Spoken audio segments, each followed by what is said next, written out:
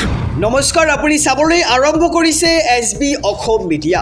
আজি হৈছে 3 জুলাই আৰু আজি সন্ধিয়াৰ কেইবাটাও গুৰুত্বপূৰ্ণ খবৰ আহি পৰিছে আৰু এনেধৰণৰ খবৰসমূহ নিতৌ চাবলৈ চেনেলটো ছাবস্ক্ৰাইব কৰি ভিডিঅ'টো এটা লাইক কৰি দিব। এই মুহূৰ্তত জনাইছোঁ আজি সন্ধিয়াৰ প্ৰথমটো ব্ৰেকিং নিউজ। দেশৰ নাগৰিকক গোলাম বনাইছে চৰকাৰে আৰু বিজেপি চৰকাৰে এইবাৰ তীব্ৰ সমালোচনা কৰিছে ন্যায়ালয়ে আৰু দেশৰ নাগৰিকক গোলাম বনাইছে চৰকাৰে। বিৰোধ প্ৰতিবাদ কৰিলেই নাগৰিকক গ্ৰেপ্তাৰ কৰে চৰকাৰে আৰু চৰকাৰৰ সিদ্ধান্তক এইবাৰ সমালোচনা। বিৰোধ কৰিলে কিয় ভাবুকি দিয়া হয়, এবাৰ ডাঙৰ প্ৰশ্ন উত্থাপন কৰিছে ন্যায়ালয়ৰ ফালৰ পৰা। এই মুহূৰ্তৰ খবৰ জনাইছোঁ, দেশৰ নাগৰিকক গোলাম বনাইছে চৰকাৰে। বিৰোধ আৰু প্ৰতিবাদ কৰিলেই নাগৰিকক কিয় গ্ৰেপ্তাৰ কৰে চৰকাৰে আৰু চৰকাৰৰ সিদ্ধান্তক এইবাৰ সমালোচনা। বিৰোধ কৰিলে কিয় ভাবুকি দিয়া হয় সাধাৰণ জনতাক। আন্দোলন কৰিবলৈ ভয় কৰা হৈছে দেশৰ নাগৰিকে আৰু চৰকাৰী সিদ্ধান্তৰ বিৰোধ কৰাটো নাগৰিকৰ এক অধিকাৰ, নাগৰিকৰ কৰ্তব্য আৰু প্ৰশ্নকাকত ফাদিল হ'লে চৰকাৰক সমালোচনা কৰিবই নাগৰিকে, কিন্তু যদিহে নাগৰিকে সমালোচনা বা বিৰোধ কৰে তেন্তে ভাবুকি দিয়ে চৰকাৰৰ ফালৰ পৰা আৰু বিৰোধ কৰিলে গোচৰ দাখিল কৰিব নেকি চৰকাৰে। এতিয়া ডাঙৰ প্ৰশ্ন উত্থাপন কৰিছে চৰকাৰৰ আগত আৰু বিজেপি চৰকাৰৰ বিৰোধ কৰিলে গোচৰ দাখিল কৰিব নেকি আৰু আৰক্ষী প্ৰশাসন মুখ্যমন্ত্ৰী প্ৰধানমন্ত্ৰীৰ সেৱক নকয়, আৰক্ষী প্ৰশাসন জনতাৰ সেৱক বুলি এতিয়া বিস্ফোৰক মন্তব্য কৰা হৈছে ন্যায়ালয়ৰ ফালৰ পৰা আৰু বিজেপি চৰকাৰক তীব্ৰ সমালোচনা। বম্বে উচ্চ ন্যায়ালয়ৰ ন্যায়াধীশ মাধৱ জামদাৰৰ তীব্ৰ ধমক এইবাৰ ভাৰত চৰকাৰক আৰু দেশৰ নাগৰিকক গোলাম বনাইছে চৰকাৰে। বিৰোধ আৰু প্ৰতিবাদ কৰিলেই নাগৰিকক গ্ৰেপ্তাৰ কৰে চৰকাৰে আৰু এনে কাম কৰিলে কিয় ভাবুকি দিয়া হয়, তাক লৈ এতিয়া ডাঙৰ প্ৰশ্ন উত্থাপন কৰা হৈছে আৰু ভয়ত এতিয়া বিৰোধ কৰিব নোৱাৰা হৈছে নাগৰিকে আৰু আন্দোলন কৰিবলৈ ভয় কৰা হৈছে দেশৰ নাগৰিকে আৰু চৰকাৰৰ এনে সিদ্ধান্তক সমালোচনা কৰি এতিয়া কটু মন্তব্য কৰা হৈছে বম্বে উচ্চ ন্যায়ালয়ৰ ফালৰ পৰা। সমগ্ৰ ৰাজ্যবাসীক জনাইছোঁ সন্ধিয়াৰ আৰু এটি ব্ৰেকিং নিউজ, ডাঙৰ খবৰ। জুবিন গাৰ্গৰ মৃত্যুৰ বাবে দায়ী হৈছে শ্যামকানু মহন্ত, সিদ্ধাৰ্থ শৰ্মা, শেখৰজ্যোতি গোস্বামী আৰু সন্দীপন গাৰ্গ, লগতে অমৃতপ্ৰভা মহন্ত। এই মুহূৰ্তৰ খবৰ জনাইছোঁ, এইবাৰ আদালতৰ পৰা ওলাইয়ে বিস্ফোৰক মন্তব্য কৰিছে ৰবি শৰ্মাই। জগৰীয়া হৈছে অমৃতপ্ৰভা মহন্ত, শেখৰজ্যোতি গোস্বামী আৰু সন্দীপন গাৰ্গ। এই মুহূৰ্তৰ খবৰ জনাইছোঁ SB অসম মিডিয়াৰ সমূহ দৰ্শকক। জুবিনৰ মৃত্যুৰ বাবে জগৰীয়া হৈছে শ্যামকানু মহন্ত আৰু সিদ্ধাৰ্থ শৰ্মা। জগৰীয়া অমৃতপ্ৰভা মহন্ত, শেখৰজ্যোতি গোস্বামী আৰু সন্দীপন গাৰ্গ আৰু আদালতৰ পৰা ওলাই এইবাৰ বিস্ফোৰক মন্তব্য কৰিছে ৰবি শৰ্মাই আৰু ইয়ৰ পাৰ্টিত থকাসকলে জুবিন গাৰ্গক পানীত নামতে কিয় বাধা দিয়া নাছিল বুলি এতিয়া ডাঙৰ প্ৰশ্ন উত্থাপন কৰিছে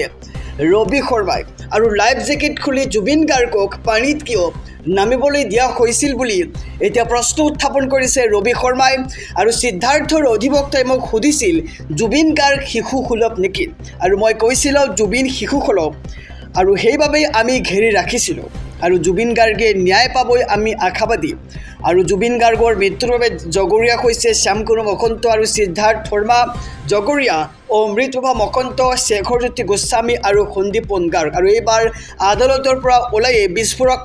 মন্তব্য কৰিছে ৰবি শৰ্মাই। সমগ্ৰ ৰাজ্যবাসীক জনাইছোঁ সন্ধিয়াৰ আৰু এটি ব্ৰেকিং নিউজ, ডাঙৰ খবৰ। ৱাকফ সম্পত্তি ৰেজিষ্ট্ৰেশ্যনৰ সমস্যা দূৰ কৰিলে চৰকাৰে। মুছলমান জনতালৈ বৃহৎ অফাৰ এইবাৰ বিজেপি চৰকাৰৰ। এই মুহূৰ্তৰ খবৰ জনাইছোঁ, উম্মিদ পৰ্টেলত ৰেজিষ্ট্ৰেশ্যন খাৰিজ হ'লেও সুৰক্ষিত থাকিব ৱাকফ সম্পত্তি আৰু ৱাকফৰ সম্পত্তি পঞ্জীয়ন আবেদন খাৰিজ মানে সকলো শেষ নহয় আৰু ৮৮,০০০ৰো অধিক ৱাকফ সম্পত্তি নাকচ হোৱা বাতৰি ভুল বুলি প্ৰমাণিত হৈছে। এই মুহূৰ্তৰ খবৰ জনাইছোঁ, এটি ব্ৰেকিং নিউজ। ৱাকফ সম্পত্তি ৰেজিষ্ট্ৰেশ্যন নহ'লেও চিন্তাৰ কাৰণ নাই মুছলমানৰ। উম্মিদ পৰ্টেলত ৰেজিষ্ট্ৰেশ্যন খাৰিজ হ'লেও সুৰক্ষিত থাকিব ৱাকফ সম্পত্তি আৰু ৱাকফৰ সম্পত্তি পঞ্জীয়ন আবেদন খাৰিজ মানে সকলো শেষ নহয়। ৮৮,০০০ৰো অধিক ৱাকফ সম্পত্তি নাকচ হোৱা বাতৰি এতিয়া ভুল প্ৰমাণ হৈছে। পৰ্টেলত খাৰিজ হোৱা সকলো আবেদন পুনৰ বিবেচনা কৰা হ'ব। ৱাকফ সম্পত্তি পঞ্জীয়ন সময়সীমা শেষ হ'লেও পুনৰ কৰিব পাৰিব আবেদন আৰু ফ্ৰী হেল্পলাইন ইমেইলৰ জৰিয়তে মুছলমান ৰাইজে জনাব পাৰিব অসুবিধাৰ কথা আৰু পৰ্টেলত অত্যাধিক আবেদন দাখিল হোৱাৰ বাবে সৃষ্টি হৈছে সমস্যাৰ কেন্দ্ৰীয় সংখ্যালঘু পৰিক্ৰমা মন্ত্ৰালয়ে স্পষ্ট কৰিলে এই কথা আৰু ৱাকফ সম্পত্তি ৰেজিষ্ট্ৰেশ্যন নহ'লেও চিন্তাৰ কাৰণ নাই এতিয়া মুছলমানৰ ৱাকফ সম্পত্তিক লৈ এইবাৰ মুছলমান ৰাইজক বৃহৎ অফাৰ বিজেপি চৰকাৰৰ ৱাকফৰ সম্পত্তি পঞ্জীয়ন আবেদন খাৰিজ মানে সকলো শেষ নহয় ৱাকফ সম্পত্তি ৰেজিষ্ট্ৰেশ্যন নহ'লেও চিন্তাৰ কাৰণ নাই মুছলমানৰ এই মুহূৰ্তত জনাইছোঁ আৰু এটি ব্ৰেকিং নিউজ ডাঙৰ খবৰ থালাপতি বিজয়ৰ ডাঙৰ চেলেঞ্জ সম্পূৰ্ণৰূপে গো হত্যা বন্ধ কৰিব নোৱাৰিব আৰু গো হত্যা নিষিদ্ধ প্ৰসংগক লৈ সৰ্বোচ্চ ন্যায়ালয়ক চেলেঞ্জ এইবাৰ থালাপতি বিজয় চৰকাৰৰ ৰাজ্যজুৰি নিষিদ্ধ কৰিব নোৱাৰিব গো হত্যা আৰু সম্পূৰ্ণৰূপে ৰাজ্যত গো হত্যা বন্ধ কৰিব নোৱাৰিব স্থানীয় আইনৰ বিৰুদ্ধে ন্যায়ালয়ে ৰায়দান দিয়াৰ অভিযোগ এইবাৰ বিজয় থালাপতি চৰকাৰৰ এই মুহূৰ্তৰ খবৰ জনাইছোঁ সবিস্তাৰে গো হত্যা নিষিদ্ধ প্ৰসংগক লৈ এইবাৰ সৰ্বোচ্চ ন্যায়ালয়ক চেলেঞ্জ কৰিছে থালাপতি বিজয়ৰ চৰকাৰে ৰাজ্যজুৰি নিষিদ্ধ কৰিব নোৱাৰিব গো হত্যা আৰু সম্পূৰ্ণৰূপে ৰাজ্যত গো হত্যা বন্ধ কৰিব নোৱাৰিব আইনী স্থানীয় আইনৰ বিৰুদ্ধে ন্যায়ালয়ে ৰায়দান দিয়াৰ অভিযোগ বিজয় চৰকাৰৰ আৰু প্ৰতিদিনেই গো হত্যাত নিষিদ্ধ আৰোপ কৰাটো গ্ৰহণযোগ্য নহয় আৰু এজন ব্যক্তিয়ে দাখিল কৰা PILৰ পৰিসৰ ন্যায়ালয়ে অতিক্ৰম কৰাৰ অভিযোগ আৰু কেৱল ৰাজহুৱা স্থানতহে গো হত্যা নিষিদ্ধৰ আবেদন কৰিছিল ব্যক্তিজনে কিন্তু সৰ্বোচ্চ ন্যায়ালয়ে ৰাজ্যত সম্পূৰ্ণৰূপে নিষিদ্ধ কৰিছিল গো হত্যা আৰু সৰ্বোচ্চ ন্যায়ালয়ক এইবাৰ চেলেঞ্জ দি বিজয় চৰকাৰৰ এই অভিযোগ গো হত্যা নিষিদ্ধ প্ৰসংগক লৈ সৰ্বোচ্চ ন্যায়ালয়ক চেলেঞ্জ বিজয় থালাপতি চৰকাৰৰ ৰাজ্যজুৰি সম্পূৰ্ণৰূপে নিষিদ্ধ কৰিব নোৱাৰিব গো হত্যা কেৱল ৰাজহুৱা স্থানতহে গো হত্যা নিষিদ্ধ কৰিব পাৰিব আৰু সম্পূৰ্ণৰূপে ৰাজ্যত গো হত্যা বন্ধ কৰিব নোৱাৰিব মুছলমানৰ নীতি নিয়মত হস্তক্ষেপ কৰাটো উচিত নহয় সমগ্ৰ ৰাজ্যবাসীক জনাইছোঁ সন্ধিয়াৰ আৰু এটি ব্ৰেকিং নিউজ ডাঙৰ খবৰ এটা এপক লৈ দেশজুৰি সৃষ্টি হৈছে চাঞ্চল্য চলন্ত ই ৰিক্সা ছেকেণ্ডত ৰখাই দিয়া বেড BMS এপে মাতিছে এতিয়া বিপদ আৰু ৰাজ্যৰ প্ৰান্তে প্ৰান্তে বন্ধ হৈ পৰিছে চলন্ত ই ৰিক্সা আৰু ই ৰিক্সা বন্ধ কৰা বেড BMS এপ ব্যৱহাৰকাৰী এতিয়া সাৱধান হ'বলৈ হ'ল কিয়নো 5 লাখ টকা পৰ্যন্ত জৰিমনা বিহিব লাগিব এনে কাণ্ড কৰাসকল এই মুহূৰ্তৰ খবৰ জনাইছোঁ বিস্তাৰিত খবৰ এটা এপক লৈ দেশজুৰি সৃষ্টি হৈছে বহু চাঞ্চল্য চলন্ত ই ৰিক্সা ছেকেণ্ডত ৰখাই দিয়া বেড BMS এপে মাতিছে এতিয়া ভয়ংকৰ বিপদ ৰাজ্যৰ প্ৰান্তে প্ৰান্তে বন্ধ হৈ পৰিছে চলন্ত ই ৰিক্সা আৰু জীৱিকাৰ বাবে ই ৰিক্সা চলোৱা চালক পৰিছে এতিয়া ভয়ংকৰ বিপদত সমগ্ৰ ঘটনাৰ এতিয়া তদন্তৰ আৰম্ভ কৰিছে চৰকাৰে এনেদৰে ই ৰিক্সা বন্ধ কৰি দিয়া সম্পূৰ্ণৰূপে বেআইনী বুলি স্বীকৃতি দিয়া হৈছে আৰু বেড BMS ব্যৱহাৰকাৰীৰ হ'ব 3 বছৰ জেল আৰু 5 লাখ টকাৰ জৰিমনা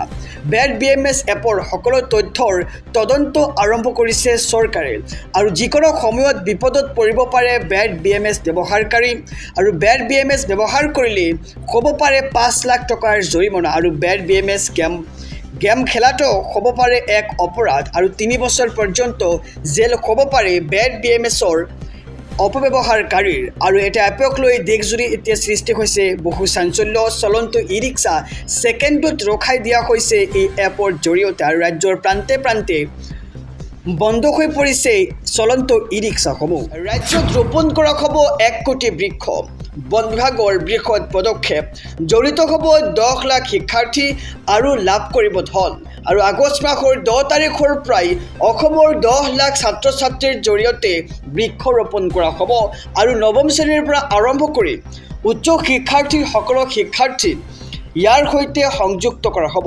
এই মুহূৰ্তৰ খবৰ জনাইছোঁ এটি ব্ৰেকিং নিউজ সমগ্ৰ ৰাজ্যবাসীৰ বাবে আগষ্ট মাহৰ 10 তাৰিখৰ পৰা অসমৰ 10 লাখ ছাত্ৰ ছাত্ৰীৰ জৰিয়তে বৃক্ষ ৰোপণ কৰা হ'ব আৰু নৱম শ্ৰেণীৰ পৰা আৰম্ভ কৰি উচ্চ শিক্ষাৰ্থীৰ সকলো শিক্ষাৰ্থী ইয়াৰ সৈতে সংযুক্ত কৰা হ'ব আৰু আগষ্টৰ 10 তাৰিখৰ পৰা 14 তাৰিখলৈকে স্বাধীনতা দিৱসৰ সৈতে সংগতি ৰাখি চলিব এই অভিযান আৰু একোজনকৈ শিক্ষাৰ্থীয়ে 10 যুৱকৈ গছপুলি ৰোপণ কৰিব আৰু নৱম শ্ৰেণীৰ পৰা ইয়াৰ উচ্চ পৰ্যায়ৰ শিক্ষাৰ্থীসকল ইয়াৰ সৈতে সংযুক্ত হ'ব আৰু যিসকল এই গছপুলি ৰোপণ অভিযানত সংযুক্ত হ'ব তেওঁলোকক বৃক্ষ বন্দুক হিচাপে প্ৰমাণপত্ৰ দিয়া হ'ব আৰু কিছুদিন পিছত ইয়াৰ বাবে আৰম্ভ হ'ব পঞ্জীয়ন প্ৰক্ৰিয়া আৰু গছপুলিসমূহ জীয়াই থাকিলে লাভ কৰিব 1500 টকা আৰু ৰাজ্যত ৰোপণ কৰা হ'ব 1 কোটি বৃক্ষ অমৃত বৃক্ষ অভিযানৰ জৰিয়তে ৰোপণ কৰা হ'ব এই বৃক্ষ আৰু 10 লাখ শিক্ষাৰ্থীৰ জৰিয়তে ৰোপণ কৰা হ'ব এইসমূহ গছপুলি আৰু আগষ্ট মাহৰ 10 তাৰিখৰ পৰাই অসমৰ 10 লাখ ছাত্ৰ ছাত্ৰীৰ জৰিয়তে বৃক্ষ ৰোপণ কৰা হ'ব আৰু নৱম শ্ৰেণীৰ পৰা আৰম্ভ কৰি উচ্চ শিক্ষাৰ্থীসকলক ইয়াৰ সৈতে সংযুক্ত কৰা হ'ব কি নথি দেখুৱাই প্ৰমাণ কৰিব লাগিব নাগৰিকত্ব বৃহৎ ৰায়দান প্ৰদান কৰিছে আদালতে আৰু পান বা ভোটাৰ কাৰ্ড নাগৰিকত্বৰ প্ৰমাণপত্ৰ নকয় গুৱাহাটী উচ্চ ন্যায়ালয়ৰ এইবাৰ গুৰুত্বপূৰ্ণ ৰায়দান আহি পৰিছে নাগৰিকত্ব প্ৰমাণৰ বাবে সঠিক বংশবিক্ষৰ তথ্য প্ৰমাণৰ আৱশ্যক হ'ব আপোনাক এই মুহূৰ্তৰ খবৰ জনাইছোঁ SB অসম মিডিয়াৰ সমূহ দৰ্শকক নাগৰিকত্বৰ প্ৰমাণপত্ৰক লৈ এবাৰ ডাঙৰ ৰায়দান প্ৰদান কৰিছে আদালতে পান বা ভোটাৰ কাৰ্ড নাগৰিকত্বৰ প্ৰমাণপত্ৰ নকয় গুৱাহাটী উচ্চ ন্যায়ালয়ৰ এক গুৰুত্বপূৰ্ণ ৰায় নাগৰিকত্বৰ প্ৰমাণৰ বাবে সঠিক বংশবিক্ষৰ তথ্য প্ৰমাণৰ আৱশ্যক হ'ব আৰু বংশবিক্ষ বিচ্ছিন্ন হ'লে তাৰো সঠিক তথ্য প্ৰমাণৰ আৱশ্যক হ'ব এই মুহূৰ্তৰ খবৰ আমি জনাইছোঁ কম্পিউটাৰ প্ৰিণ্ট উলিওৱা NRCৰ শ্লিপখন নকয় আপোনাৰ নাগৰিকত্বৰ প্ৰমাণপত্ৰ এই মুহূৰ্তৰ খবৰ জনাইছোঁ এটি খুবেই জৰুৰী খবৰ আপুনি কম্পিউটাৰৰ পৰা যদিহে আপুনি NRCৰ শ্লিপখন উলিয়াইছিল সেইখনো আপোনাৰ নাগৰিকত্বৰ প্ৰমাণ নকৰে নাগৰিকত্ব প্ৰমাণৰ বাবে সঠিক বংশবিক্ষৰ তথ্য প্ৰমাণৰ আৱশ্যক হ'ব আৰু বংশবিক্ষ বিচ্ছিন্ন হ'লে তাৰো সঠিক তথ্য প্ৰমাণৰ আৱশ্যক আৰু এগৰাকী লোকক বিদেশী ঘোষণা কৰা ৰায়ৰ প্ৰত্যাখ্যানৰ গোচৰত এই ৰায় প্ৰদান কৰা হৈছে আৰু নাগৰিকত্ব প্ৰমাণ পত্ৰক লৈ ডাঙৰ ৰায়দান এইবাৰ আদালতৰ পান বা ভোটাৰ কাৰ্ড নাগৰিকত্বৰ প্ৰমাণপত্ৰ নকয় আৰু গুৱাহাটী উচ্চ ন্যায়ালয়ৰ এই গুৰুত্বপূৰ্ণ ৰায়দান